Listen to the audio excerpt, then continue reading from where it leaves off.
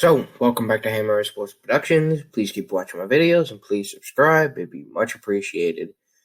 So, yeah. I might get into a rant. I honestly don't know. You know how I don't like to do notes. So I would like to point one thing out. John McKay, who was the first coach of the Buccaneers, once said, I think it was 1976. I think he was asked this question, or it was 77. I'm not sure, 100% sure. He was asked, he answered a question. He responded by saying, "We will be competitive, maybe not in this century, but we will be competitive." And that question has really been answered.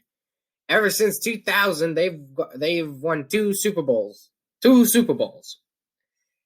the 21st century. So he was there. He was right. He knew what the heck he was talking about. He knew what he was talking about. So yeah. So Brady has won his seventh Super Bowl. So he is now unequivocally on like maybe a mountaintop with only one other person. I'll get to that later. I know you probably say, "Who the hell could it be?" Well, I'm a big NFL history buff, so I'll tell you. But let me just get into some other stuff, and then I'll tell you about that later. So Brady, of course, has won his seventh Super Bowl in his 10th appearance with the Tampa Bay Buccaneers. They utterly killed the Kansas City Chiefs. Mahomes, I will say this: Mahomes didn't play terribly. Okay, there was some throws where his wide receivers and tight ends didn't make the catch, and he was making some throws while you're getting sacked that I thought were pretty darn good. So, yeah, while the stat line might not, it was kind of a complete team. Somewhat. Look, I'm just not saying it was. He still had a good game, I think. But of course, the final score isn't going to say that.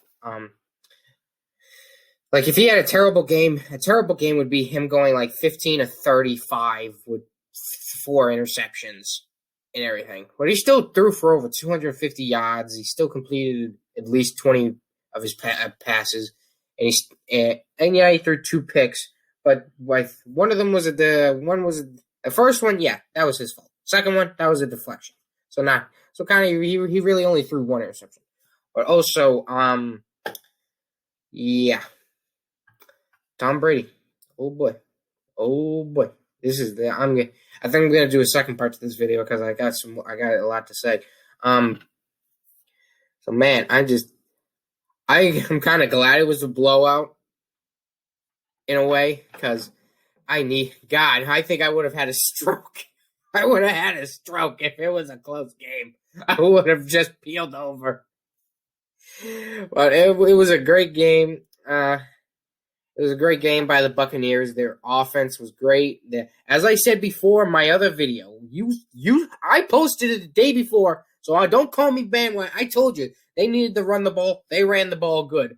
They were getting 5-6 yards each time they ran the ball, eating up the clock, and that opened up the play actions and was able to get guys open. Gronk, I thought, had a great game. I was really surprised they did a lot of the underneath tight end screen stuff, but it worked. It worked. Cameron Brate and him, I think, both had Cameron Brate had maybe like 4 catches, and he had like 40 yards, and Gronk had 6 catches, 67 yards in the 2 scores. Oh, by the way, Brady and Gronk now passed Joe Montana and Jerry Rice for the pass combo for most TDs in the postseason. So I just wanted to point that out. So now that's another record that Brady has taken along with Gronk. So yeah, he's running out of fingers. Boom, boom, boom, boom, boom, boom, boom. I can't do that one. Boom. There we go. Boom, boom. Imagine if he ends up like Bill Russell and he has to put a ring on his nose. That could actually happen. But all in all, they played a phenomenal game. Brady had a really good game. He had completed over 70% of his passes through 3 TDs. I mean, it looked effortless for him. At the beginning, I did feel a little bit anxious because they got to him one time. They sacked him that one time. But besides that, they didn't get very little pass rush on Brady. I think maybe they got some later in the game, but that was because they weren't exactly trying. They were just trying to eat the clock up. But if they were really going full throttle, it could have been 55-9. Honestly, that's what I think the score could have been if they continue to pass and run and everything. Well, they did continue to run, but to the extent of just wanting to like kind of drain the clock. And now finally, Bruce Arians has a Super Bowl as a head coach. He already had one as an assistant with the Pittsburgh Steelers, but now he finally has one as a head coach, and I'm happy for him. He definitely needed one, and yeah, it's just great.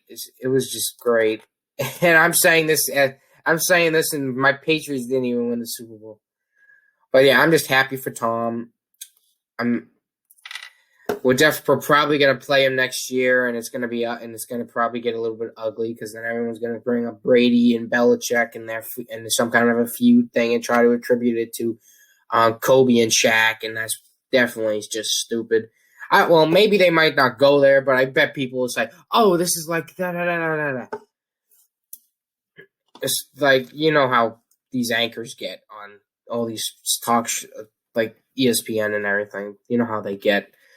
So yeah, Shannon Sharp, go stick your head in the water, and then wake up from the dream you're having. Like Brady is not the greatest, or something. But yeah, more on that in my part 2 video. So I'll see you in part 2. I hope you like this.